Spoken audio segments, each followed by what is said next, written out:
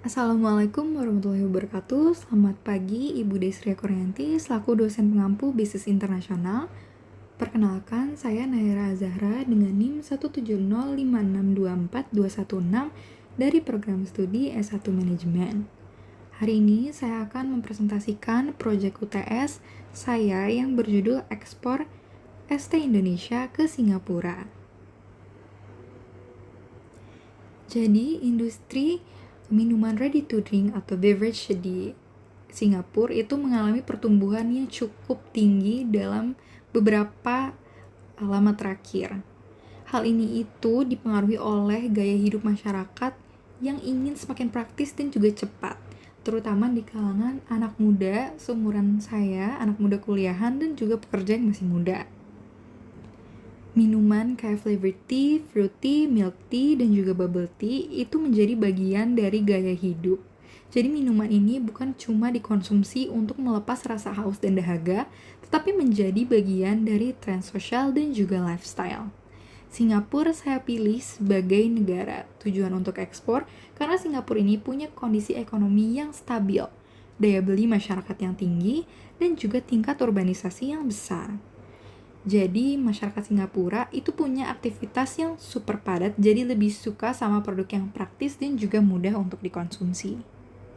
Masyarakat Singapura juga familiar dengan produk makanan dan juga minuman dari Asia, termasuk produk-produk dari Indonesia. Hal ini tuh pastinya jadi peluang yang bagus banget buat ST Indonesia masuk ke pasar Singapura. Selain itu, faktor jarak dari Indonesia Singapura yang nggak terlalu dekat itu bikin distribusi produk jadi bisa lebih efisien dan juga biaya logistik yang nggak terlalu mahal. Nah, produk yang saya rencanakan untuk mengekspor ke Singapura adalah produk ready to drink ukuran 350 ml. Produk ini pakai konsep minuman praktis yang langsung dikonsumsi, cocok banget sama gaya masyarakat yang sekarang suka apa-apa praktis gitu. Kemasannya juga pastinya udah pakai botol yang food grade dan juga aman buat distribusi internasional dan lebih praktis buat dibawa kemana-mana. Nah, buat di Singapura ini ada 4 varian yang saya pilih. Yang pertama ada original tea, lemon tea, lychee tea, dan juga brown sugar tea. Original tea ini punya rasa yang otentik dan juga klasik gitu, ala teh Indonesia deh pokoknya. Yang kedua ini ada lemon tea yang kasih sensasi segar, cocok buat di Singapura yang panas banget. Yang ketiga ada lychee tea yang ada hint fruity-nya juga segar-segar gitu. Dan yang terakhir itu ada brown sugar tea yang punya sensasi creamy dan lebih disukain sama anak-anak kecil gitu. Lalu selanjutnya ada keunggulan dan juga sertifikasi dari ST Indonesia. Keunggulannya pastinya ST Indonesia ini punya rasa yang beragam banget sesuai sama kebutuhan kita nih yang mau pilih-pilih rasa gitu. Jadi bisa disesuaikan dengan preferensi kita. Lalu yang kedua adalah harga produk yang lebih terjangkau dibanding dengan kompetitor serupa seperti Changi. Hal ini tuh bikin ST Indonesia ini lebih mudah dijangkau untuk kalangan anak-anak muda dan juga anak-anak kuliahan di Singapura. Lalu ST Indonesia ini juga sudah memiliki sertifikasi BPOM, sertifikasi halal, dan juga label nutrisi. Lalu kalau ingin ekspor juga pastinya nanti ST Indonesia akan mencantumkan label-label nutrisi yang sesuai dengan Singapore Food Agency. Lalu untuk ST Indonesia ini termasuk dalam HAS Code 2202 yaitu kategori non-alcoholic beverage atau minuman non-alkohol. Lalu selanjutnya saya bakal menjelaskan kondisi pasar di Singapura. Jadi Singapura ini itu salah satu negara dengan tingkat urbanisasi yang tinggi banget di ASEAN. Jadi karena masyarakatnya ini tinggal di wilayah perkotaan dan aktivitas yang padat seperti yang saya bilang tadi, hal ini tuh bikin permintaan terhadap produk yang praktis-praktis kayak gini tuh menjadi terus meningkat. Nah, maka dari itu tren minuman modern kayak gini yang ready to drink itu berkembang pesat banget. Nah, konsumen-konsumen di Singapura ini juga tertarik banget sama rasa-rasa yang unik, terus juga produk yang mudah dikonsumsi saat beraktivitas padatnya gitu. Nah, berdasarkan data yang sudah saya cantumkan di laporan, itu juga Singapura ini masih mengimpor produk minuman non-alkohol dari berbagai negara termasuk juga di Indonesia. Hal ini tuh membuktikan kalau misalkan produk-produk dari Indonesia ini mempunyai pasar di Singapura. Nah, karena itu ST Indonesia pastinya juga punya peluang untuk masuk ke pasar di Singapura. Nah, selanjutnya adalah analisis kompetitor. Jadi, dalam memasuki pasar di Singapura, pastinya ST Indonesia itu akan menghadapi kompetitor-kompetitor serupa dari brand lain gitu. Kompetitor yang pertama itu adalah Changi. Changi ini itu segmentasinya dia adalah premium tea yang fokusnya sama kualitas teh dan juga branding yang sangat eksklusif gitu.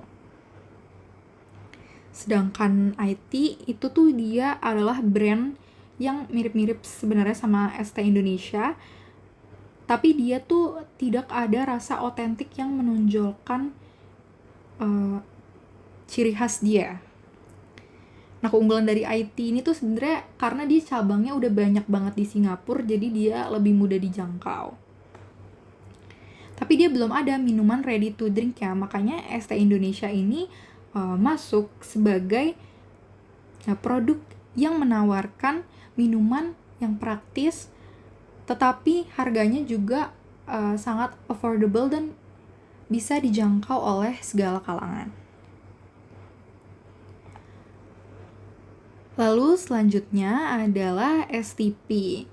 Nah, pada di slide ini saya bakal menjelaskan STP atau segmenting, targeting, dan juga positioning. Nah, untuk segmentasi pasar, ST Indonesia ini itu ditujukan kepada konsumen yang rentang usianya ini 15 sampai 35 tahun. Yang biasanya itu ada pelajar, mahasiswa, atau pekerja-pekerja yang masih muda. Kenapa? Karena biasanya pada rentang usia segitu itu mereka punya tingkat konsumsi minuman-minuman manis dan juga minuman-minuman modern itu yang cukup tinggi gitu loh. Mereka tuh cenderung akan lebih mengikuti tren-tren yang ada di media sosial. Dari sisi targeting, target utamanya adalah konsumen middle income yang penghasilannya middle aja di Singapura, yang suka minuman praktis dan juga ready to go gitu. Sedangkan untuk positioningnya, ST Indonesia ini itu ada gitu sebagai minuman teh modern khas Indonesia yang segar, praktis, dan juga punya harga yang kompetitif. Jadi ST Indonesia ini itu bisa dikenal sebagai alternatif minuman modern dengan khas lokal Indonesianya. Lalu untuk ekspor ke Singapura, pastinya ST Indonesia ini punya beberapa regulasi yang harus ditepati agar produknya dapat dipasarkan secara legal di Singapura. Jadi beberapa dokumen yang harus dipenuhinya antara lain itu ada commercial invoice, packing list, bill of lading, dan juga certificate of origin. Nah, yang pastinya ST Indonesia ini juga harus memenuhi standar BPOM, halal, dan juga ketentuan-ketentuan dari Singapore Food Agency atau CSFA ini.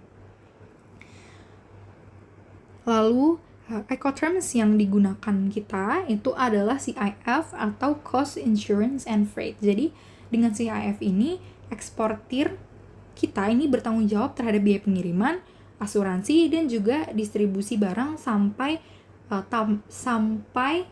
di Singapura. Nah, untuk menyesuaikan ST Indonesia dengan preferensi di Singapura, ini pastinya ST Indonesia juga melakukan beberapa penyesuaian ya. Kayak label ingredients-nya pasti pakai bahasa Inggris agar bisa dipahami dengan mudah oleh masyarakat lokal di Singapura. Lalu desainnya juga lebih praktis sesuai dengan preferensi konsumen Singapura yang suka praktis-praktis. Lalu tingkat kemanisannya juga disesuaikan karena preferensi masyarakat Singapura kan juga lebih suka minuman yang less sugar. Lalu yang pastinya untuk harganya kita akan menggunakan competitive pricing, yaitu menggunakan harga yang kompetitif dibanding dengan produk-produk kompetitor sejenis di pasar. yaitu harga yang kita jual atau harga yang kita tawarkan adalah sekitar 2,4 SDG atau setara dengan 28.000 per botol. Lalu untuk strategi distribusi dan juga promosi, kita ini memfokuskan kepada retail modern dan juga platform digital. Jadi produk ini akan kita pasarkan melalui convenience store, minimarket, serta platform-platform online kayak Shopee Singapura, Lazada Singapura. Nah, kenapa kita milih untuk memasarkan ini dengan retail modern? Karena ya memang tingkat penggunaan e-commerce di Singapura ini cukup tinggi. Nah, sedangkan untuk promosi produknya, kita ini milih digital marketing, kayak melalui Instagram, TikTok, dan juga influencer-influencer di Singapura, agar awareness terhadap produk kita ini bisa lebih dilihat lagi oleh masyarakat Singapura, gitu. Lalu selanjutnya adalah proyeksi keuangan. Jadi di sini saya akan menjelaskan estimasi proyeksi keuangan dari rencana ekspor ini. Jadi estimasi penjualan kita dalam 1 tahun itu ada sebesar 36.000 botol atau sekitar 3.000 botol per bulan. Jadi harga jualnya ini akan ada di 2,4 yang sudah saya bilang tadi atau sekitar 28.000 per botol. Lalu untuk perhitungan per botolnya itu ada pada harga jual tadi 28.000 dikurangi 18.000 itu adalah biaya biaya produksi per botol yang sudah saya jabarkan di sini seperti bahan baku, kemasan, produksi tenaga kerja, dan lain-lain.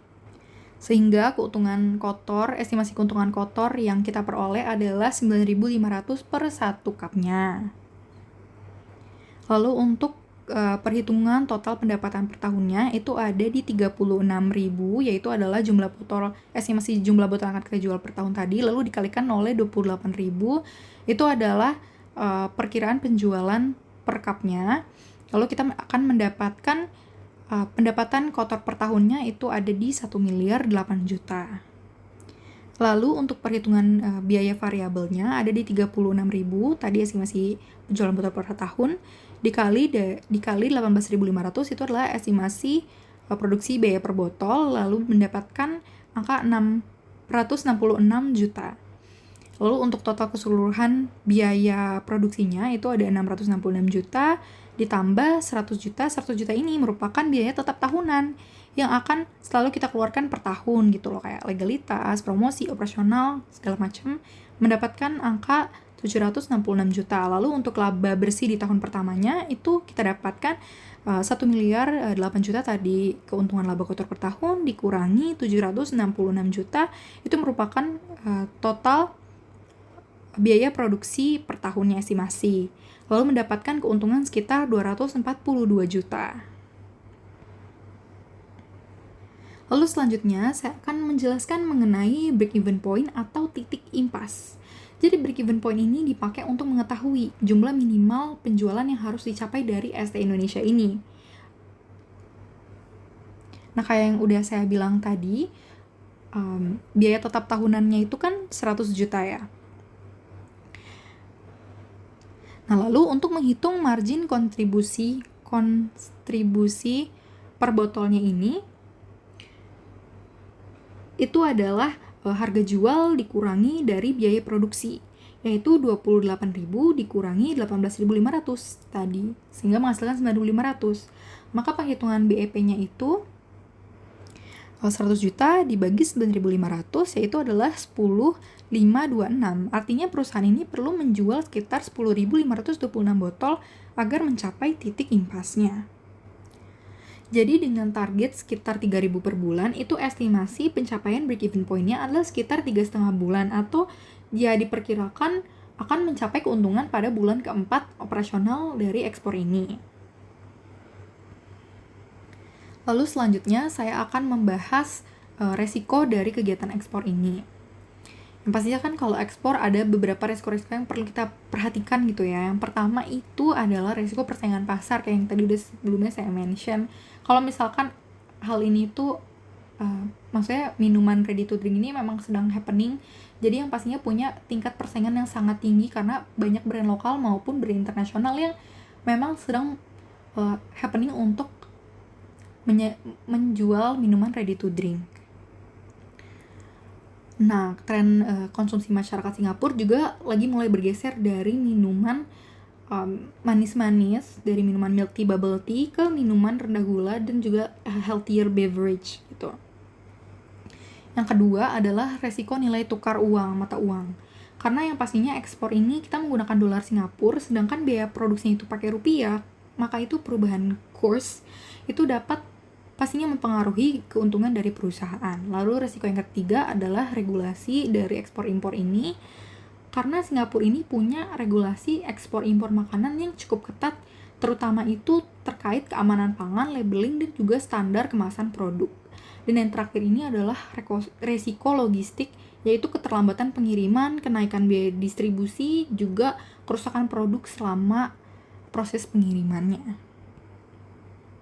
Nah, dari resiko-resiko tersebut ada beberapa mitigasi resiko untuk menanggulangi hal tersebut gitu. Yang pertama, itu perusahaan itu yang perlu melakukan evaluasi tren gitu loh, apa yang sedang happening dan tren preferensi konsumen Singapura saat ini.